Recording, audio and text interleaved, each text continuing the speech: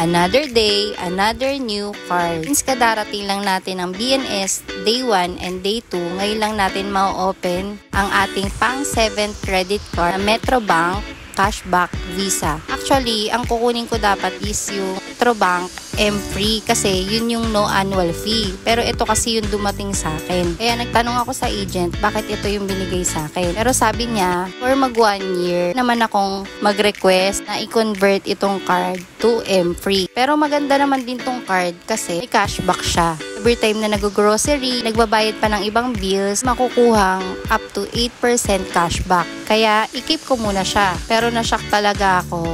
First time ko lang magkaroon ng credit card kay Metrobank. Pero, 6 digit yung binigay niya sa aking credit limit. Kaya, mapapasalamat, Metrobank ka talaga. Syempre, kas wisely!